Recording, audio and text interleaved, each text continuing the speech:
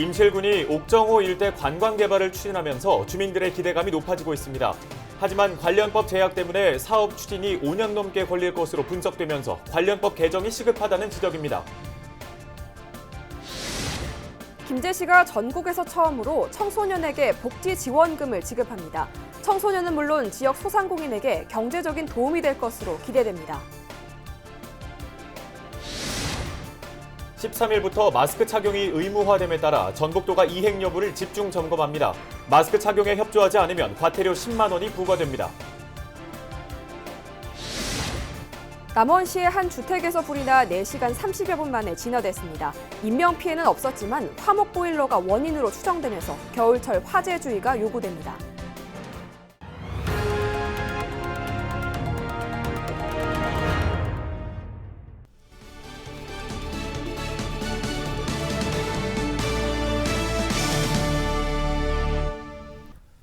여러분 안녕하십니까? 헬로티비 뉴스 전복입니다. 첫 소식입니다. 임실군이 옥정호 일대 관광 개발을 추진하면서 주민들의 기대감이 높아지고 있습니다. 하지만 관련법 제약 때문에 사업 추진이 5년 넘게 걸릴 것으로 분석되면서 관련법 개정이 시급하다는 지적입니다. 김남호 기자가 취재했습니다. 섬진강댐 건설 이후 조성된 옥정호 붕어섬 모습입니다. 임실군은 이곳을 중심으로 300억 원대 예산을 투입해 섬진강 에코뮤지엄 조성 사업을 추진하고 있습니다. 이곳에는 붕어섬을 중심으로 출렁다리와 스카이워크 등 각종 관광 상품들이 들어설 전망입니다. 하지만 이 사업을 진행하려면 댐 주변 지역 보전 활용 특별법상 각종 승인과 협의를 거쳐야 합니다.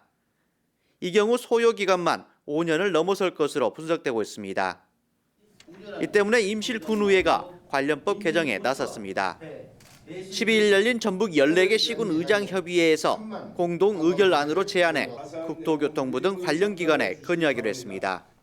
댐 친환경 활용 사업 실시계획 승인 등 행정 절차가 복잡 다단하여 사업 추진 시 장기간 소요가 예상됨에 따라 사업 추진 절차 간소화로 업무의 효율성 제고를 위하여 이번에 제안하게 되었습니다. 임실군의회를 비롯한 14개 시군 의장협의회가 공동 발의한 개정안은 사업계획과 승인 신청을 사업 시행자에서 지방국토관리청장으로 변경하고 댐 주변 지역 친환경 활용구역의 지정 절차는 의제 처리에 생략하는 내용을 담고 있습니다. 이 개정안이 받아들여질 경우 현행법상 5년 이상 걸리는 사업 추진 기간이 2년 내외로 줄어들게 됩니다. 이 같은 임실군민들의 요구안이 전해지면서 해당 지역구 국회의원도 국회 차원에서 관련법 개정을 촉구하겠다고 밝혔습니다. 광역지자체 시군관리계획 결정 등은 의제 처리하도록 함으로써 행정 절차 이행에 소요되는 기간을 최소화해야 합니다. 지난 50여 년 넘게 지속되어 온 섬진강댐 주변 지역 주민들의 애환과 고통을 빨리 해소해야 합니다. 국회에서 관련법 개정을 적극적으로 검토하겠습니다. 옥정호 일대 관광상품 개발로 편의시설 확대와 지역경제 활성화를 기대하고 있는 임실군민들. 옥정호 인근 친환경 개발 사업이 앞당겨질 수 있도록 관련법 개정을 촉구하고 있습니다.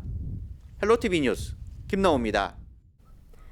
전북도가 13일부터 시작하는 마스크 착용 의무화 행정명령에 따라 이행 여부 집중 점검에 나섭니다. 점검 대상은 대중교통과 의료기관, 실내 스포츠 경기장 등 코로나19 감염 고위험 시설입니다.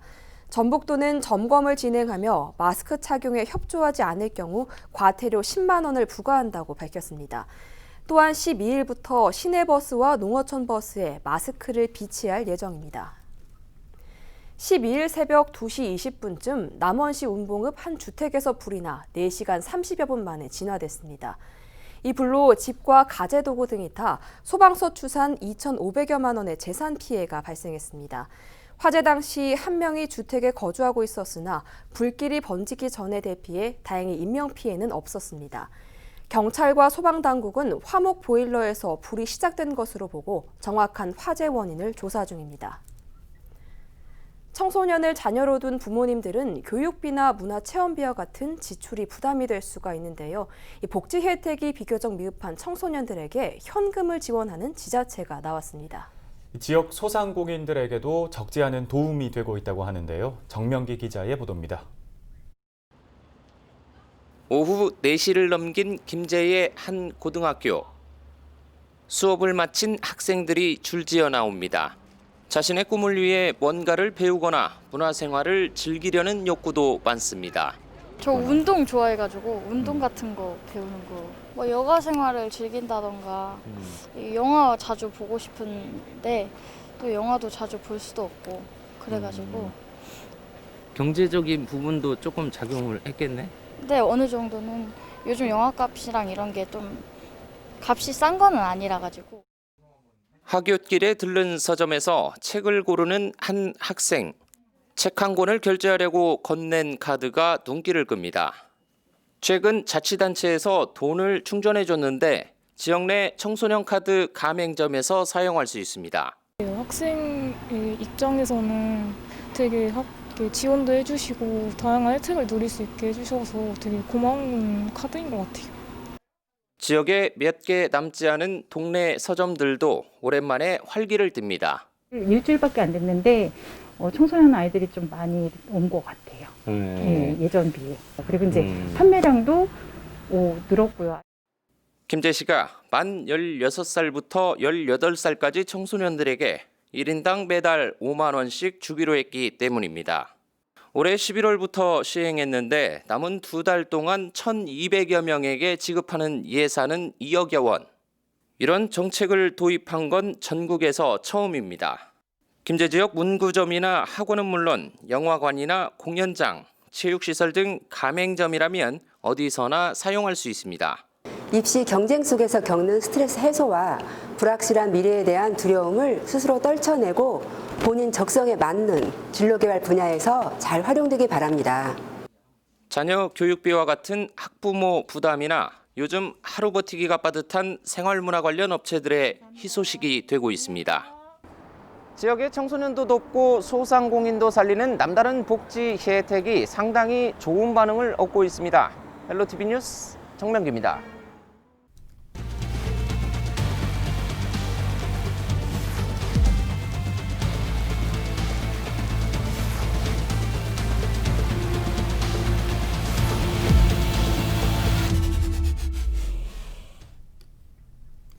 연속 보도 시간입니다. 지방대학의 위기를 가속화하는 가장 큰 요인 중 하나로 정부의 선별적인 재정 지원이 꼽히는데요. 실제로 지방대학생 한 명이 받는 국고 보조금은 수도권 대학의 절반에도 못 미칩니다. 재정 지원 방식이 이제는 바뀌어야 할 때라는 지적입니다. 한범호 기자입니다. 지난 1998년 지역균형 개발 차원에서 세워진 충남도립대. 대통령 공약으로 설립된 만큼 개교 초기 정부의 전폭적인 재정 지원을 받았습니다. 하지만 그때뿐 충남도가 운영을 도맡은 뒤부턴 지원이 끊겼습니다. 지자체 예산만으론 기반시설 확충 등에 나서기엔 한계가 있는 상황. 그나마 전국 대학 평가 결과에 따라 정부로부터 목적성 사업비는 받고 있지만 이마저도 수도권 대학들과의 힘겨운 경쟁을 거쳐야 가능합니다. 무엇보다 시급한 것은 지방대학교에 대한 정부와 사회의 관점이 변해야 한다는 것입니다. 지방대학을 단순히 인재 육성의 기관으로 바라보는 소극적 관점을 벗어나 양극화 해소와 지역 발전의 핵심 주체로 바라보고 지원하는 새로운 패러다임이 요구됩니다. 실제 수도권 대학과 지방대학의 재정 지원 격차는 상당합니다. 2018년 사립대학생 1인당 국고 보조금입니다.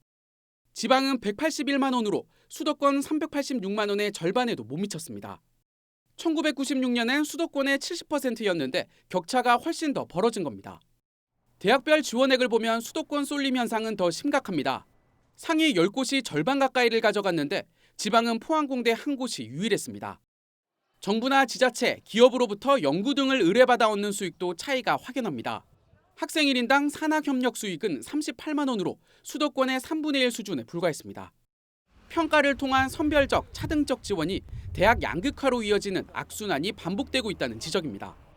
20여 년 넘게 지금 선택과 집중에 따른 재정 지원 방식이 확대되면서 물정중 성과비 등 폐단도 굉장히 많이 나타나고 있거든요. 대학의 운영비 등으로 사용할 수 있는 일반 재정 지원 사업의 폭을 좀 확대하고 지금과 같은 선택과 집중에 의한 특수목적 지원 사업을 좀 축소시키는 방향을 통해서 정부가 재정 절반 이상을 지원하는 정부 책임형 사립대학 도입 등 새로운 재정 지원 방식에 대한 논의가 시급하다는 목소리가 커지고 있습니다. 헬로티비 뉴스 한보호입니다.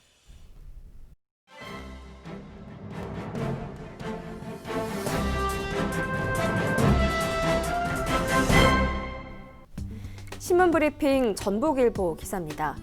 지난해 전북도가 편찬한 전라북도 방언사전에 일본어가 다수 수록돼 엉터리 사전이란 지적이 제기됐다는 기사입니다.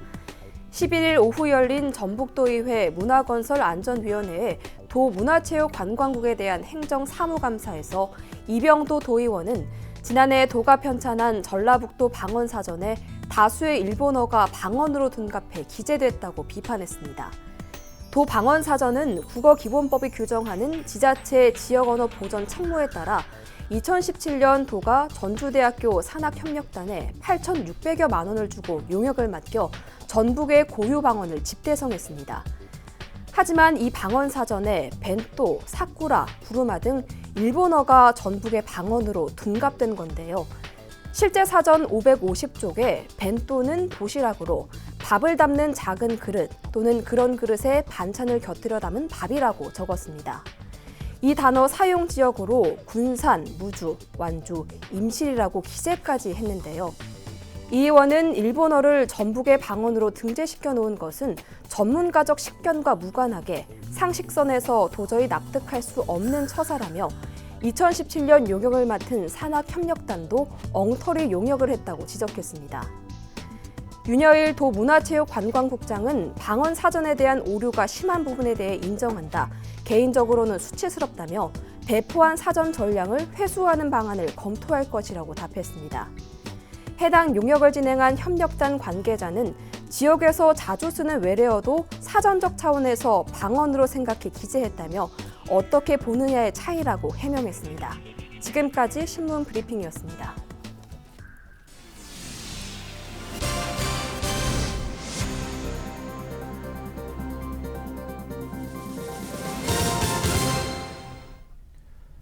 실종 여성 2명을 살해한 혐의로 원심 판결에서 무기징역을 선고받은 최신종이 불복해 항소장을 제출했습니다. 전주지법정에 따르면 최신종은 양형 부당 등의 이유로 항소장을 제출한 것으로 알려졌는데요. 최 씨는 지난 4월 전주와 부산에서 실종된 여성들에게 금품을 빼앗고 살해한 혐의를 받고 있습니다. 검찰은 앞서 지난 10일 양형 부당을 이유로 원심에 대해 항소했습니다. 무면허 상태로 트럭을 운전하다 보행자를 치고 달아난 40대 운전자가 경찰에 자수했습니다. 김제경찰서는 40대 A씨를 특정범죄 가중처벌법상 도주치사, 도로교통법상 무면허 운전 혐의로 조사 중이라고 밝혔습니다. A씨는 11일 저녁 7시쯤 무면허 상태로 11톤 트럭을 몰다 홍사동의 한 도로를 건너던 B씨를 들이받고 달아난 혐의를 받고 있습니다.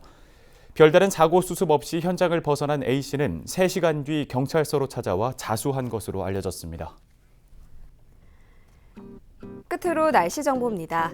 금요일에도 완연한 가을 날씨가 예상됩니다. 선선한 날씨 속에 파란 하늘이 드러나겠는데요. 다만 해가 뜨기 전까지는 곳곳에 안개가 짙게 끼겠습니다. 교통안전에 유의하시기 바랍니다. 아침 기온 5도, 한낮 기온 18도로 일교차가 크게 벌어지겠습니다. 토요일도 맑은 가운데 아침 기온이 점차 올라 평년 수준을 회복하겠습니다. 아침 기온 6도, 한낮 기온은 19도가 예상됩니다.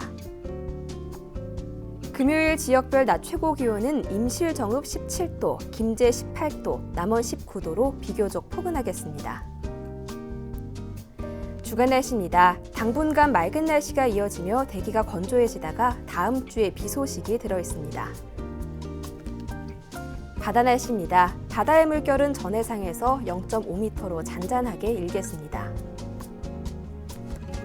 생활 날씨입니다. 10월부터 11월 첫째 주까지 발생한 가을 산불이 예년보다 3배 이상 많은 것으로 조사됐습니다.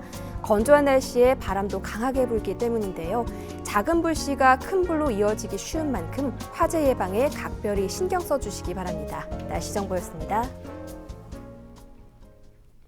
헬로티비 뉴스는 언제나 지역 주민 여러분 곁에 있겠습니다. 함께해 주신 여러분 고맙습니다.